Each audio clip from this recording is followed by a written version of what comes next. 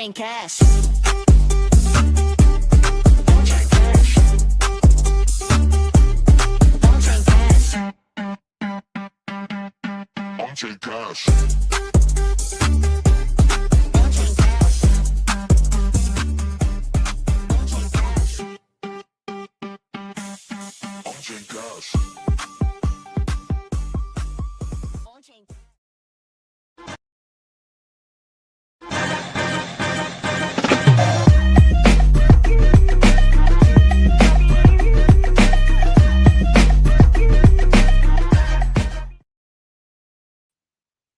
Welcome to another episode of ONCHAIN CA H, here Aniceto, like every Friday.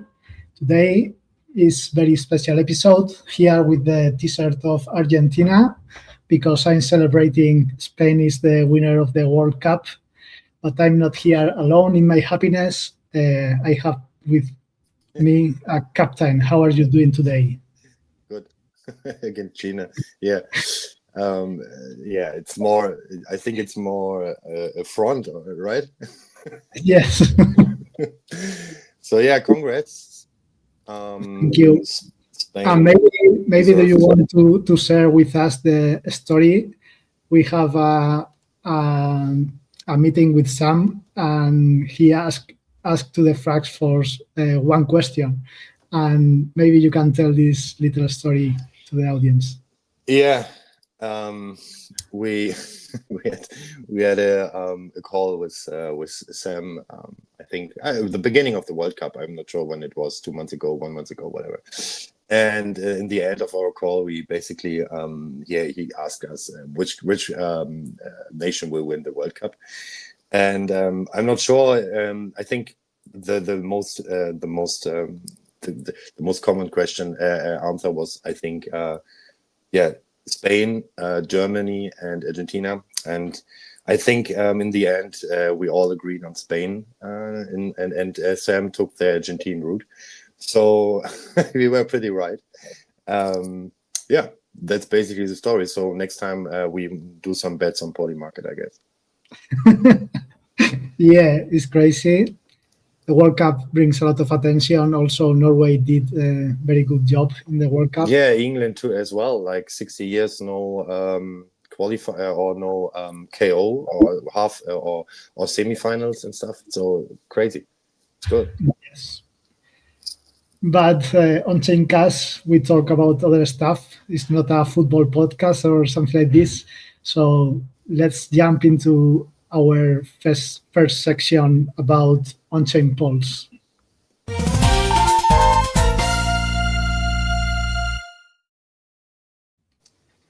Today we have a metric that is not on-chain metric. Sorry about that, but I think is quite relevant, and we want to comment into it. What we are watching here is about Google. What is happening? You see in this chart the free cash flow in billions. So since early days, they have free cash flow every year and growing a lot since 2020. And we are watching, maybe that can be a red candle to panic people more. Even the results of Google for this quarter went out, and all the products, they are growing. They are making more profit than never before. But we are watching this free cash flow getting in the negative side. And what that means is they are investing a lot of money into these data centers, and basically investing in all this AI mania that is going on, a lot of money. And this is why we are watching this candle in here, with they are spending money basically in infrastructure to support AI. Many people, many investors are watching this as a negative signal, and yet the Google stock is Alphabet is struggling a bit. I don't know, it's not like Apple in all-time highs, but there is some opportunities because I think is the best investor in the history, Warren Buffett, is starting to buy this company, Google, with Alphabet, and that's something that maybe one is wrong. We don't know, is the market wrong or is Warren Buffett who who is wrong? I don't know, but yeah, that's something interesting to watch. And it's not only Google that is investing all this money in data centers. There is other companies, the tech companies on the Nasdaq. They have a similar situation that they are investing, putting all the meat to cook. And let's see how this plays out in the coming years. I don't know, Captain, what is your opinion about this, and if you have any insights about it? Yeah, Warren Buffett is a huge indicator, to be honest. I think nobody should ignore that. And it's really interesting. I was not sure if it's true because I'm not sure. I think 5 years or so, or for 4 years, maybe 6 years, he's a bear and wants to sit in cash and is calling for tops. And now he's redeploying capital. It's crazy, to be honest. So let's see what will happen on this side. But the other thing is, it's also pretty scary to see that much money spending on AI. And if you ask the society, probably most of them don't even need these gazillion data centers, and it's probably because of something else. And I can imagine it's they all want to win this race because it's basically dominance, maybe military dominance and stuff like that. And Google is probably the chosen one who said, okay, we invest in exactly this future, and if they have this much influence, and AI is a winning weapon, or you need the weapon you need to win the world dominance fight, so to say, like against China. So yeah, it makes sense. But on the other hand, if I see it, it makes no sense for me because nobody from the normal guy, I think, is currently using so much AI to, so. Yes, yeah, there is a few percentage of the population that is spending money on AI tools to work every day, like some of us in Frax. And also it was some very sentiment, like Google is getting a step back in the AI race, like Gemini was a thing back like 8 months ago. But right now it was a lot of the employees working on AI and passing to other of the companies, Anthropic or OpenAI and stuff like that. Yeah, I'm still not sure. I think the mode here is probably the data centers. So because training your AI and stuff, I think probably China will do that and offer for way less credits and inference cost wise. So I'm not sure. I think data centers are the mode because you need the GPU power and energy. Probably energy is the mode.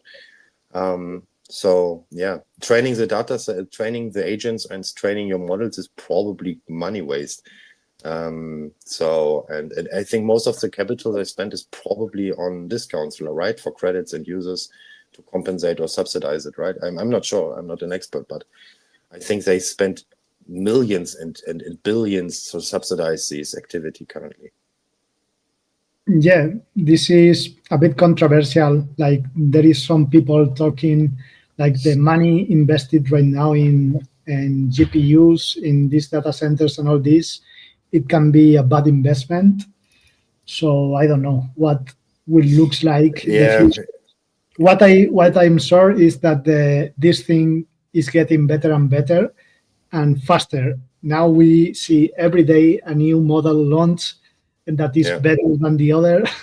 So at the end, that is good for us. The normal user competition is there. They are fighting and we just are getting better intelligence and cheaper as well. They are also making progress on making more efficient models. and the things that you can do with this intelligence is much better. So yeah, I don't know. True. Bullish for the future in general. Yeah, agree, absolutely. But it's crazy to watch. I think we just watching the beginning of, I don't know, in 50 years or so. It's yeah, something crazy, and we are just in the beginning, and probably it's predictable from what we have already or what we know already. But let's see. It's all a game. It's all a show. It's all a movie. Let's enjoy. Yeah, and they have also invested. One company like Google invested also in SpaceX, or I don't know if Anthropic as well. Yeah. Microsoft is invested in OpenAI since early days. So they are all together, to be honest. So let's see how this goes and how it affects. The valuations are crazy on the stock market, and our territory is cryptoland. So yeah, we close this metric for today, for this week, and let's jump into the market briefing with the different news. So let's jump into it.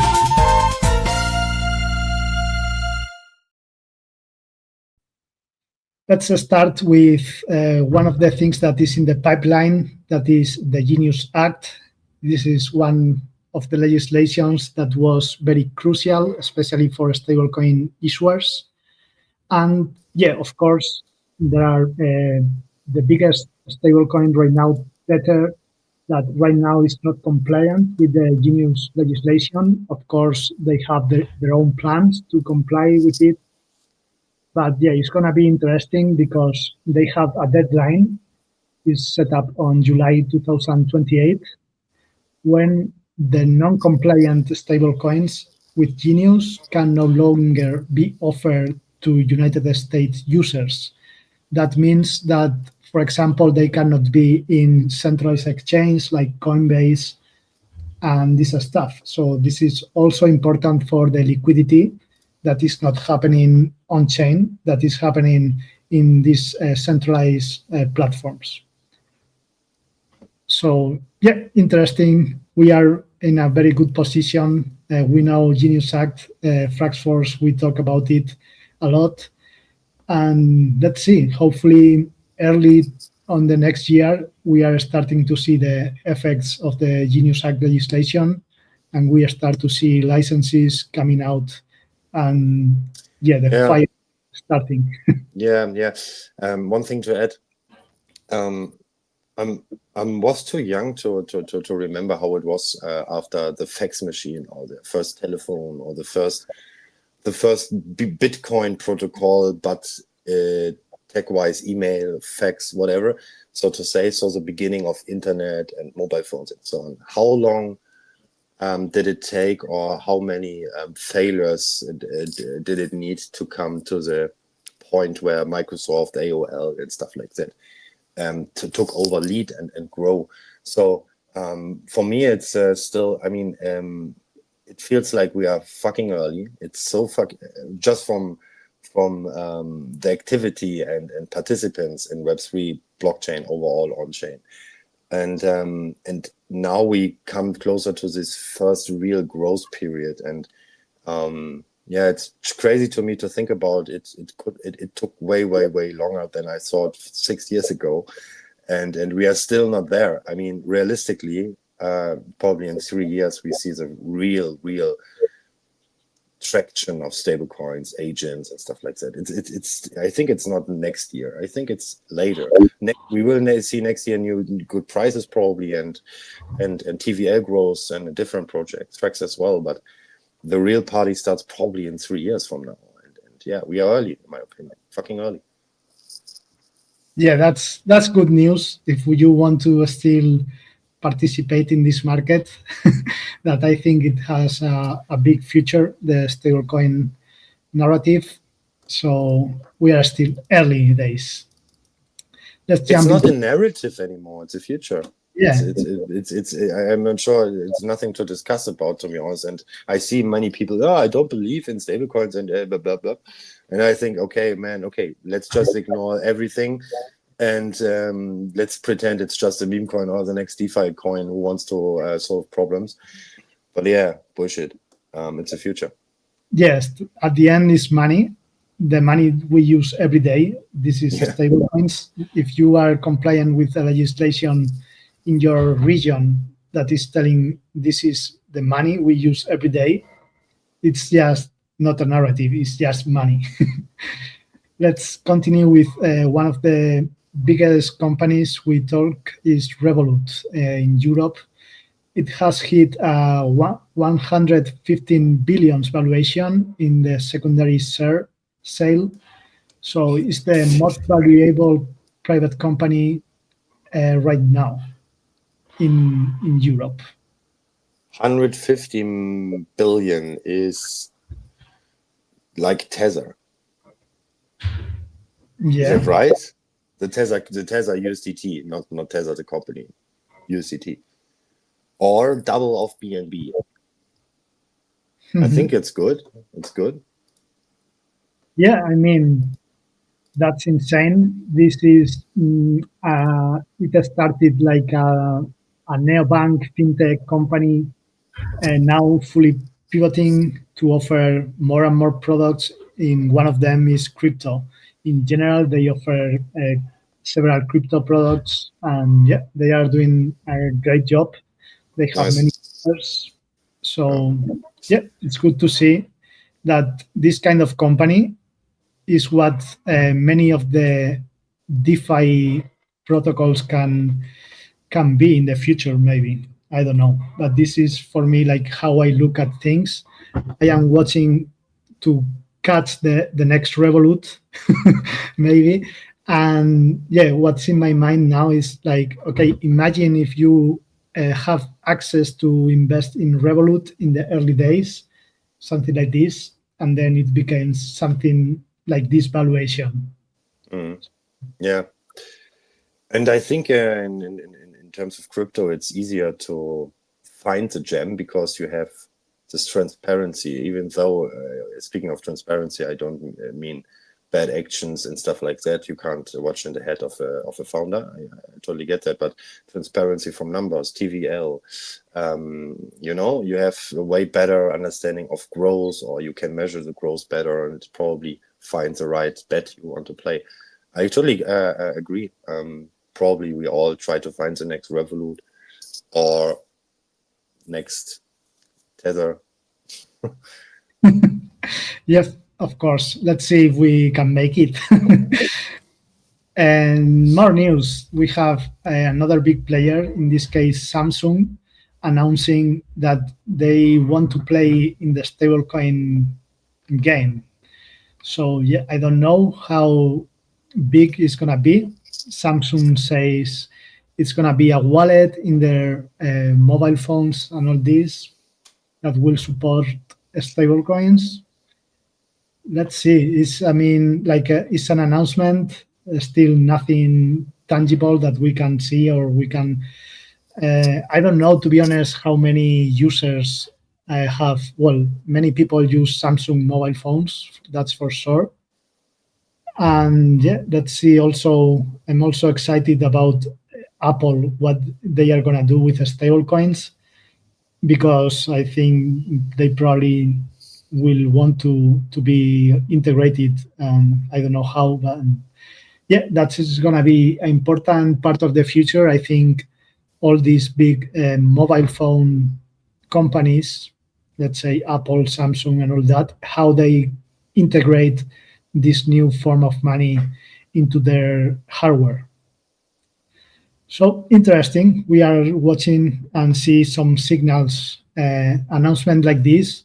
Probably we won't believe if you tell us 2 years ago, and now we are watching this kind of news every week.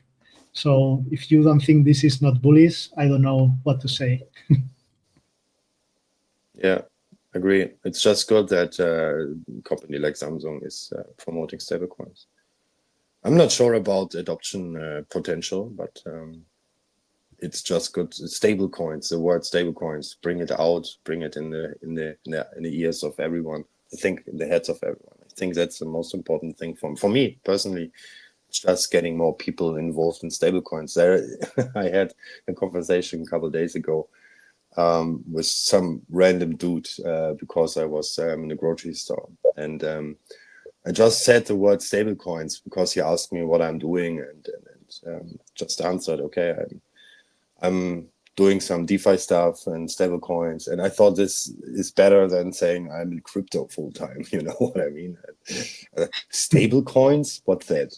And I was like, what the fuck? I chose the most common, easiest words. DeFi and stable coins, the words probably everybody already heard on some newspaper also. And this is still not a word commonly used in the society or in a normal life. So I'm pretty happy to see something like this. Just stable coins. It's okay. No matter what they do, stable coins. Yes. Yeah, I think we need to do this big part of education. Still, many people don't understand nothing of what we are talking here, but it will come with time. You will see. It's just a matter of time. All these big fintechs, hardware companies in general, they just integrate this, and yeah, maybe they want to name it in a different way, not stable coins, but what we will see is just a better form of dollars or euros getting adopted by people, even if they don't realize. Let's jump into another of the news of the week is about Clarity Act. It was another draft went out to the politicians. I don't know how to say, and yeah, Senate, I don't know, senators. Senate, yes, yeah, let's see. It looks like some positive sentiment right now about Clarity Act passing. There is some deadlines that I don't know if they are gonna be able to pass it. I don't know if you watch it, Polymarket, and see what is the percentage of the Clarity Act passing right now. It was some crazy movements, went up over 50%, then went down to 30-something%. So I don't know. There is a lot of speculation going on. But yeah, as we said in previous weeks, we cannot do nothing. I hope they make an agreement. People realize this is important. People from JP Morgan, all the big companies like Coinbase, Circle, they are support and they want this legislation to pass. And let's see if this can be done in the coming weeks or months. Yeah, I have nothing to add. I think if you are good at catching sentiment when it comes to news or let's say things in the future, and you are good in predicting this stuff, like a trader is probably good at, and pattern recognition, maybe you will have a better understanding how close we are. But I think Polymarket is not that accurate these days. I'm not sure why. They fucked up a lot of these predictions in the last weeks, after America is not that much promoting them anymore. So maybe there's a coincidence. I'm not sure. They choose Kalshi over Polymarket. I have the feeling. But anyway, I think narrative sentiment-wise, I think, to be honest, I think my opinion is that it's getting done way faster than everyone in the market thinks. It's just my understanding when I see the current news going on and all these entities pretty much supporting this bill, like this police federal law, whatever they are. And I'm sure if you have more of these entities speaking out in the next hours, the Democrats are forced to send out the last 6 or 7 people who need to vote for yes. So it looks like, for me, it looks a bit staged, with dramatic drama involved, and last minute it gets approved and America is back, something like that. Yeah, I truly believe that it's exactly that. Yeah, I think it's gonna be the same. Let's see. We will follow here, and we can celebrate. I remember with Genius Act, I was watching in the streaming the voting and this stuff, and it was exciting. So yeah, let's see what happened with Yeah, and I ITX. remember we got three times scammed. We thought in the first vote, yeah, it's done, and the next one, okay, it's not. Yeah, no, it need to pass another one in. Yeah. Okay. More news. The S&P launched a digital asset index that is not including Bitcoin on it. It's just including Ethereum, BNB, Sol, TRX, Tron, and Hype are the five chosen ones. And yeah, that's exciting. Like, I don't know, traditional product financial institutions are starting to see the Polish index altcoins. of this kind of assets for altcoins. And probably, I mean, this is 5 here, but I can expect in the future maybe to make a longer list of assets in this kind of index. No, they are more included. They just named these 5 or something. Okay. I think it's way over 10 plus, 15 plus or so already included. Okay. Yeah, for me, it makes sense. Like a big basket of in this index with different 100% Uniswap, Aave, not 100%, you know, but I'm pretty sure Uniswap, Aave, I think Ethena probably, because they have a good BD presence and high valuation.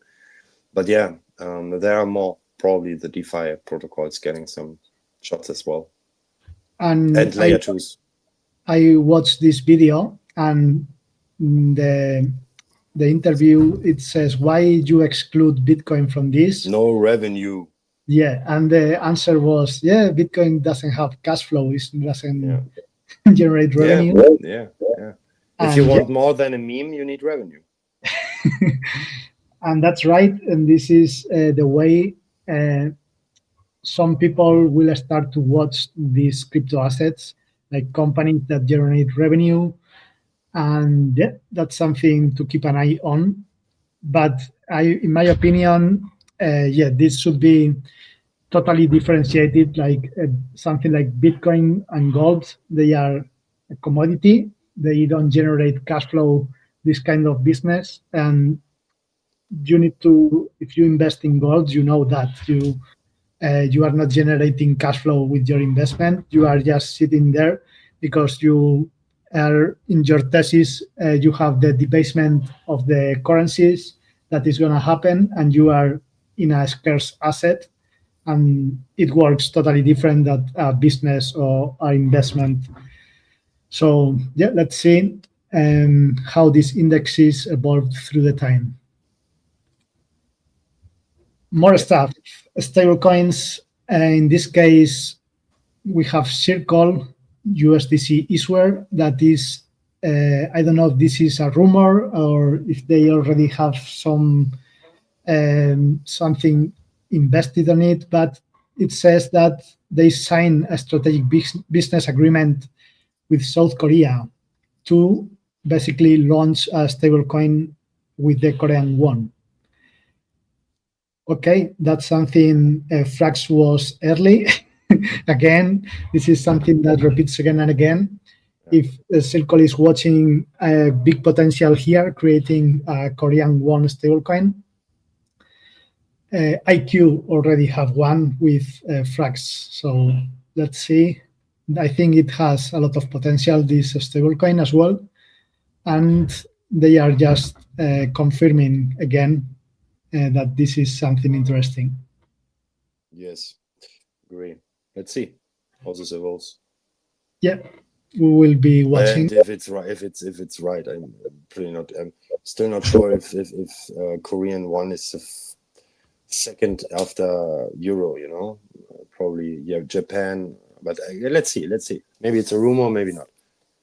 Yeah, we will be watching.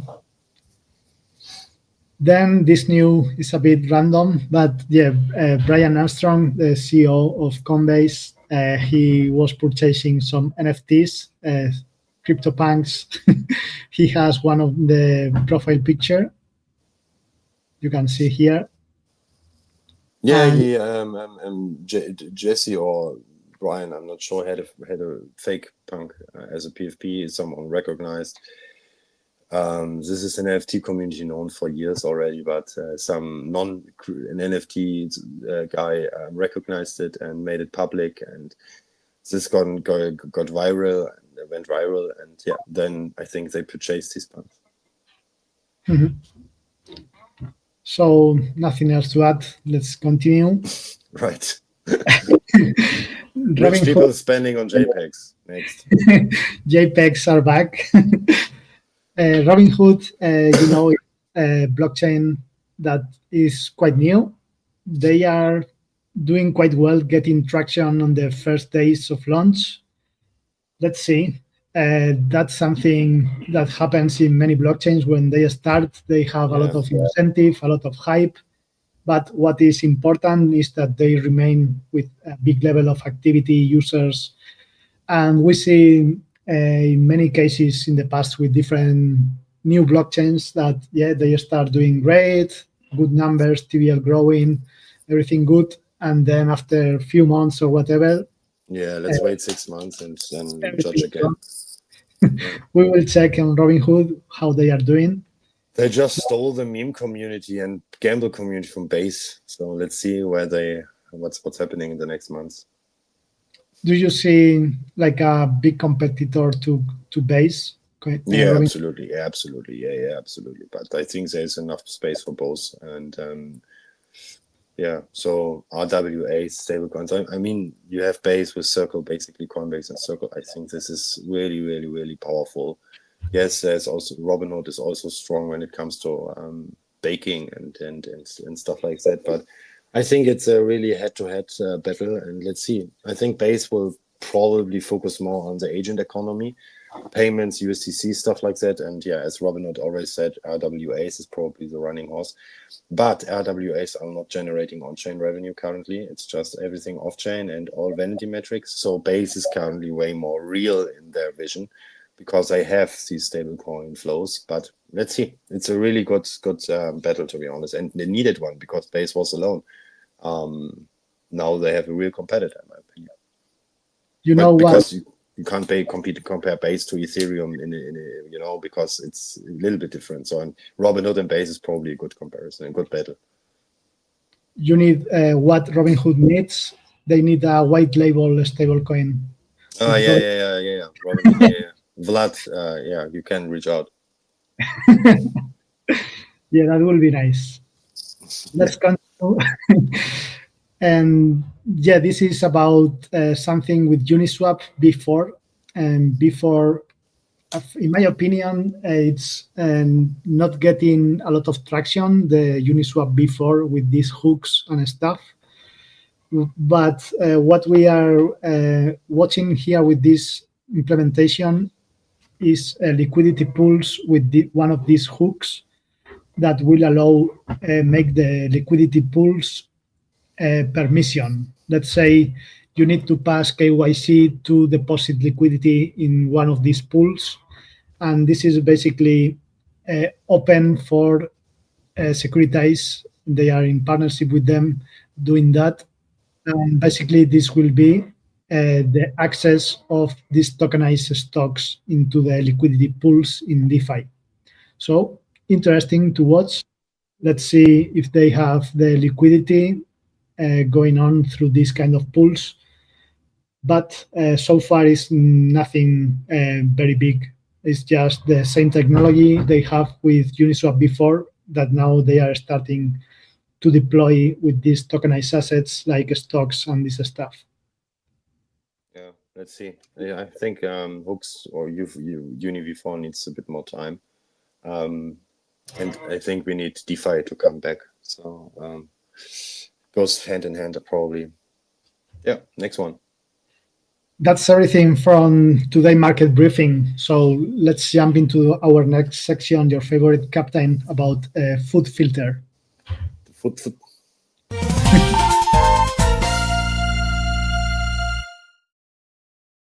And today, this week, we have a couple of shutdowns. The first one we have is BitMEX. BitMEX, if you remember, if you are here for some years, is one of the legends platforms of crypto trading. They basically invented the perpetual futures that we are watching right now, like hyperliquid and this stuff. This concept of perpetual futures was invented by BitMEX, I believe. Yes. And right now, yes, we are watching the shutdown of this project. I am not sure.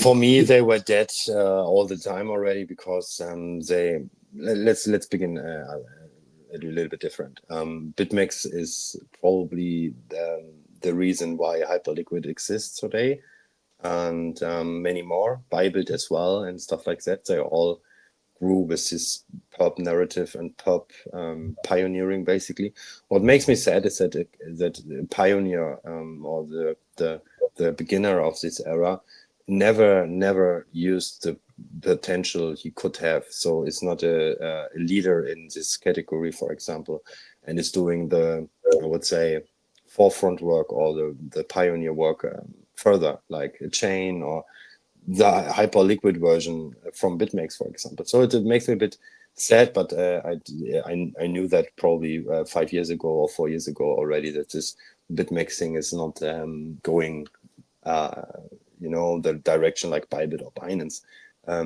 So yeah, they going with a big boom. I think they got sued today after they shut down. The token plumped 99% or something. I think they have a huge insurance fund, like 4,000 BTC and I don't know, a couple millions of USDC or stables USDT. I think USDT. Yeah, it was buggy as hell during that days. I used it as well.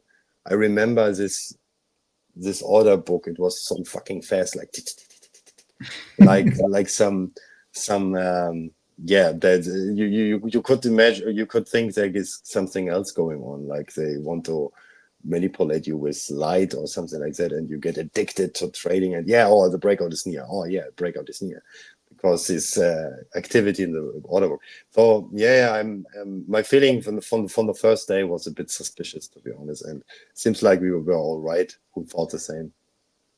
Yeah. So this is our farewell to BitMEX.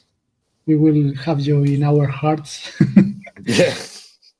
Another one that is passing away is the It's movement. not even worth to mention, to be honest. What was this? I mean, I think the founder has 6-7 companies in the last 4 years. Everyone is dead or something. It's crazy, and I think they raised 100 millions, something like that. And wow. Yeah, typical of a blockchain project that they raised a lot of money and they didn't show any traction at all. Founders spend a lot of money in things. They are doing stuff. But at the end, what's happened when the bear market is in, we start to see news like this.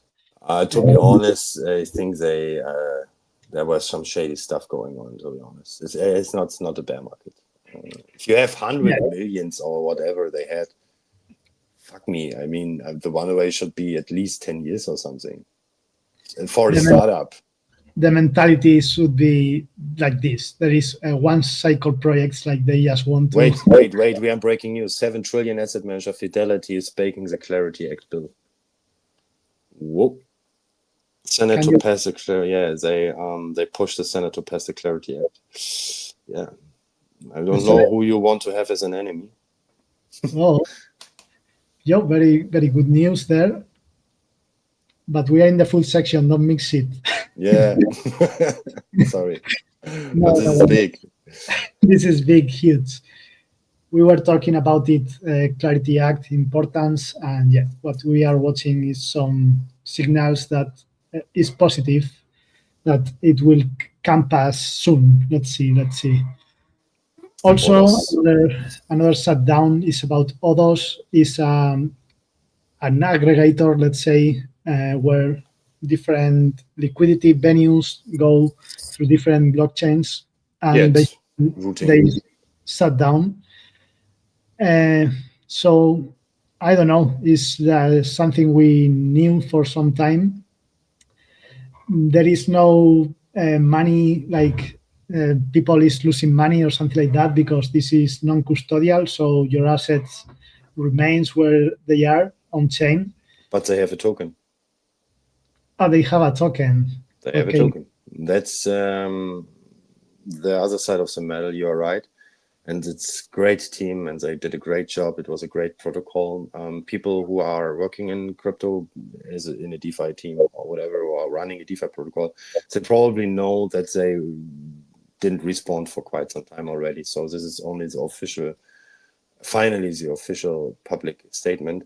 But yeah, they have it. They have the Odos token, and yeah, I know people who hold it. Yes, the Odos token exists on chain. Blah, blah. Yeah, that's the same if you invested in that token. I read some comments on X that the technology of Odos was very good, and similar aggregator protocols, they were watching like, what the fuck are doing these guys? It's like very good technology, but I guess you need to pay some fees to maintain the business. Yeah, that is probably the problem. Yeah? You are used everywhere, but revenue maybe not that high. It's a problem. Because you basically get your distribution because you are the cheapest one and don't charge fees and stuff like that. So, yeah. But yeah. Anyway. They probably contributed with this technology, and some other projects can imitate it, or if they made this innovation, some other people, they can just replicate it. And yeah, that's what happens in crypto as well. Many of the stuff we are building is open source, or we just leave it out there. And some others can take your ideas if they fit with their ideas as well. And yeah, that's what's happening. Another project going down. Let's jump into the next one. Because with the Clarity Act draft, it was stating that the politicians that are on the top, they cannot profit from the crypto market. Everybody remember what happened with Trump and the meme coin, and he's involved in World Liberty Finance. It was so dumb, man. It was so dumb. So what happens after this bill drafts came out is that the World Liberty Finance token went down. Yeah, and I mean, for many people, that's normal. Like these politicians that they have inside information, they cannot participate or do stuff like this. But they need to put it in the legislation, in the bill, because if not, Trump family, they will not stop creating crypto projects. Crazy. Yeah, nothing to add. It's just surprising to see America doing what they do. Should be clear that a politician should not be allowed to create a meme coin or a project he can lobby on and stuff like that. But anyway, let's move on. It's just crazy. Then we have another part is that some hacks happen all in the same day during this week. 3 exploits with $35 million lost in these hacks. I don't know these projects. I'm not sure if they have many users, but at least they have some money in it. So they are hacking these projects for money. One of them was a Ethereum bridge, Verus. I am not familiar with it. But yeah, hacks happening in the crypto market. Be aware of that. And yeah, that's everything for the FUD section. Let's jump straight into the Charmander section.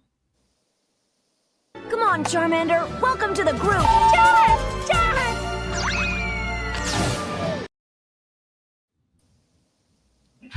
Yeah, so let's jump into the video. Hello everyone. Happy Friday. Welcome back to this week's Market Pulse. This week, the market hasn't chosen a new direction yet.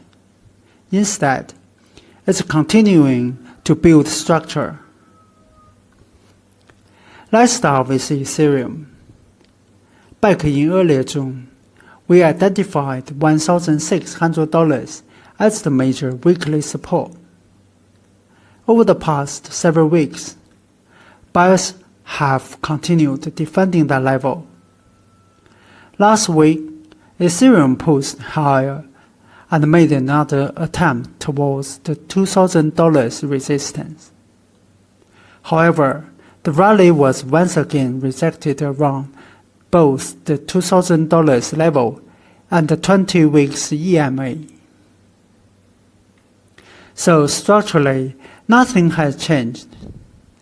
Until the Ethereum can reclaim both 20 weeks EMA and the $2,000, we continue treating the current move as a recovery inside a larger range, rather than the beginning of a new uptrend. Now let's look at Frax. After spending roughly 3 weeks inside the 22 cents to 26 cents balance area, Frax has successfully broken above the 26 cents last week. Since then, price has been trading between 26 to 28. What's interesting is that the breakout hasn't immediately turned into expansion. Instead, the market has started building a new balance area above the previous one. That's actually a healthy characteristic of an uptrend market. If buyers can establish a substance above the 28 cents, then the next structural objective becomes roughly 35 cents. If not, the market simply continues rotating inside the current balance area. So this week's message is actually very simple. The market isn't breaking out or breaking down. It's testing acceptance. I'll continue watching how the structure develops. See you next week.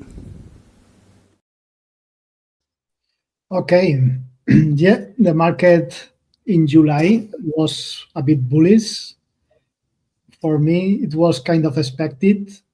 I think for my personal interest, I like it. Like, okay, I can still accumulate some tokens at cheap prices. And it looks to me personally like it can be maybe the next 2 months, it can be a bit choppy again, going down.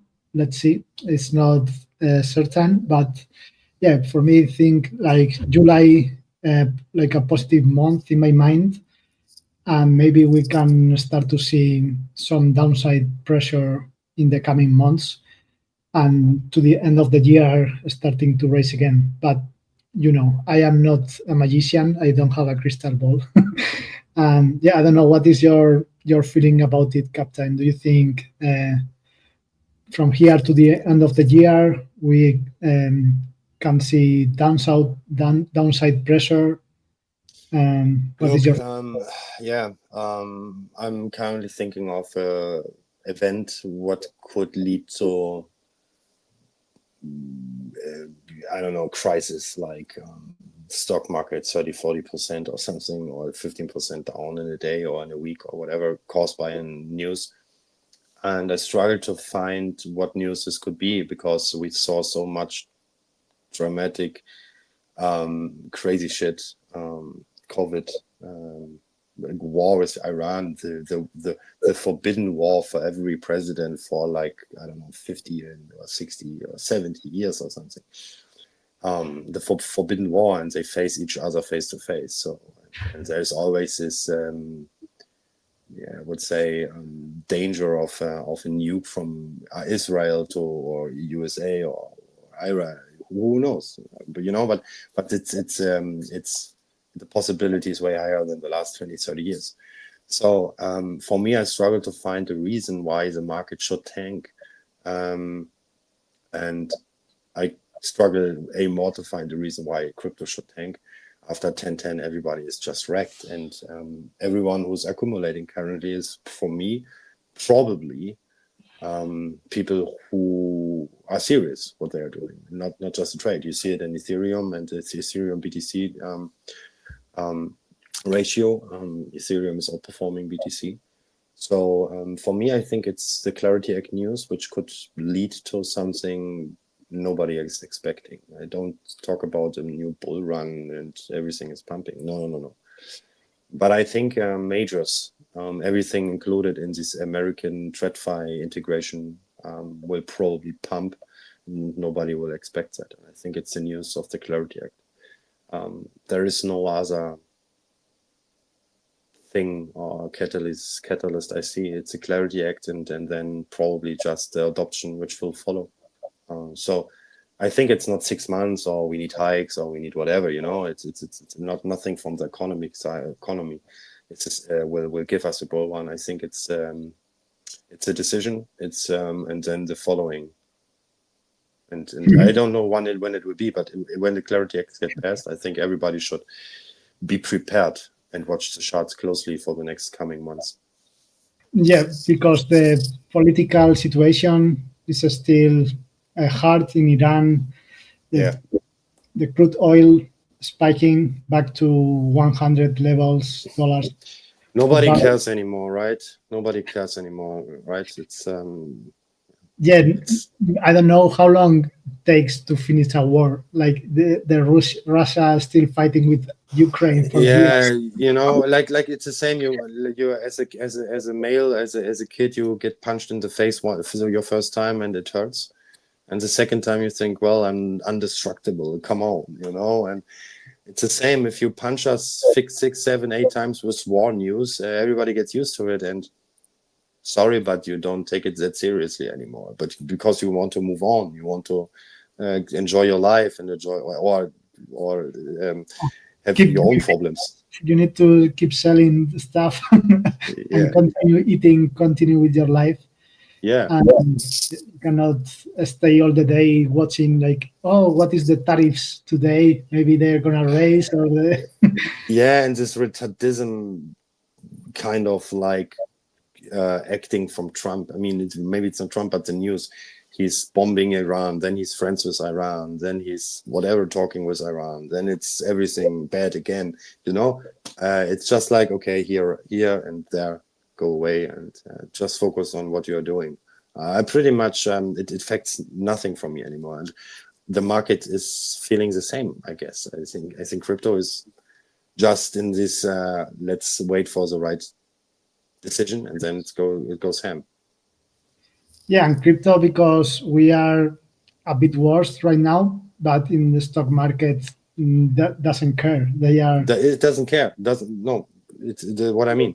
After 88 all-time high, after all-time high, even the big ones, major ones. So yeah, I think I'm more optimistic than the last 1.5 years. So or the last year. So let's see. It is the moment to be bullish in the things we are talking here. So be ready, like Captain said, for the right moment. And let's jump into one of the sections we enjoy. It's about generating yield in DeFi protocols with the stable coins and this stuff. So let's jump into our DeFi yield radar. Bueno, pues bring us every week some good stuff.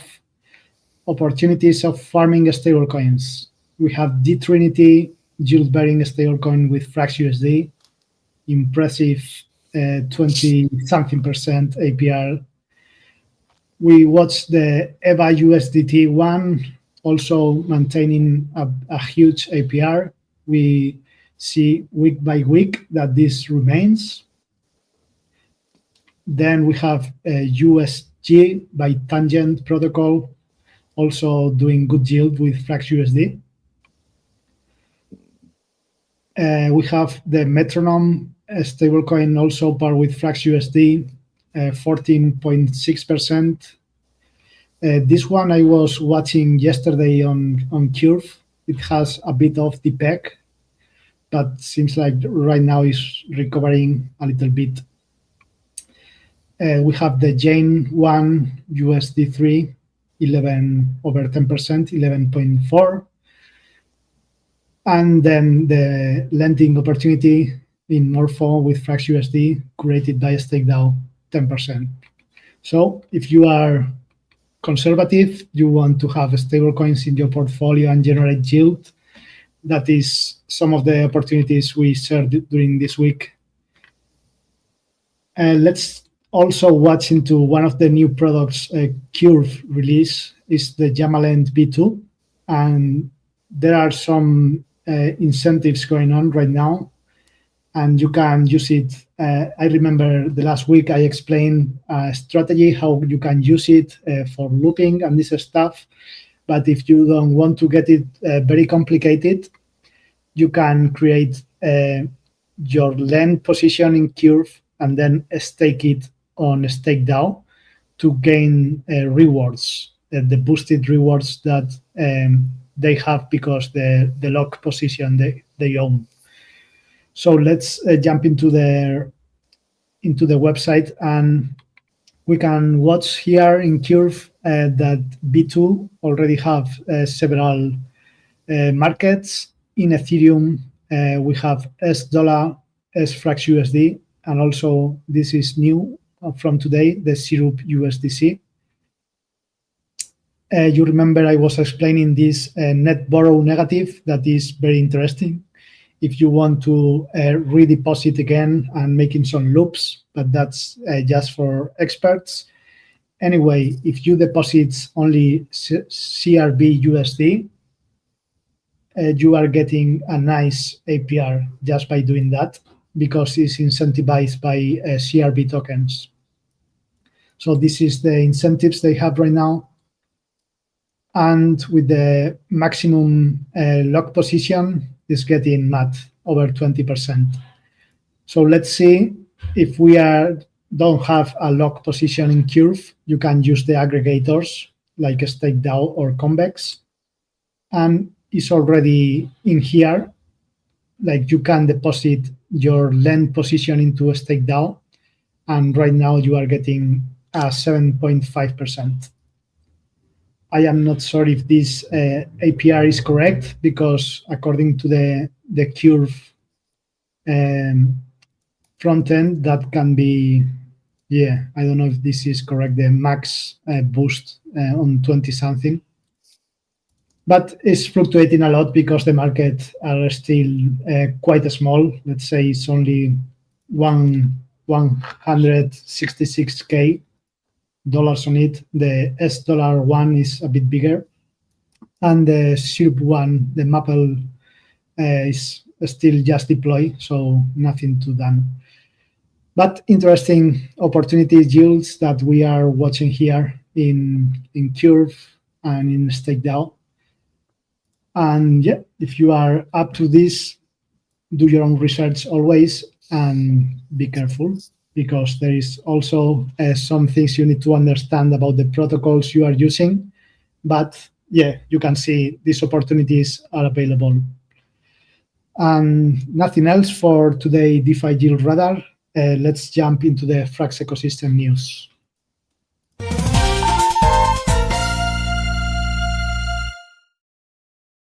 Not many news we have for Frax this week. We are watching, one video was released by Resupply. I don't know if you are guys, you know about Resupply. This is a project built by Convex and Jern Finance. And Frax is also quite involved into it. And once the yield-bearing stablecoins, they start to get proper yield, like sfrxUSD, right now it gets a bit of better yield. The thing is starting to get interesting. Resupply is specialized in this looping mechanism that I was explaining last week. And I mean, we will see once the time is right, we will see these kind of protocols getting crazy I don't know, crazy action regarding TVL, people looping the crazy period of bull markets will start again. And this is where all these flywheels, all these mechanics start to make sense. But so far, it's just a cool video, an announcement, and let's see if they have any cool innovations that they will add into the resupply. Then another of the news of this week is about sfrxUSD. Usually is bringing a yield that is over the most trusted stablecoin, yield-bearing stablecoins out there, like the Ethena One or Sky Protocol. We usually are over that yields. Right now it's in 4.1%, something pretty good. And yeah, if you just want to be in this kind of, let's see, saving account, please understand what you are doing and just deposit your frxUSD and it gets into the vault and you can earn some interesting yields with it. Then we have the last new is about the Odos new that we were watching in the FUD section. Frax is telling us that, okay, they knew about it and they are prepared for that. So the Frax protocol was using Odos as the routing system, and now they are integrating several other aggregators like WLFI and KyberSwap into their protocol. So yeah, be aware that it's not like, okay, we are gonna be like a major disrupt of the operations in Frax protocol, because the people in Frax, they were aware about it and they are integrated already other protocols that will function substituting Odos. Think that's everything for Frax ecosystem news. And yeah, let's go into the last section of the show. It's about Alpha Call.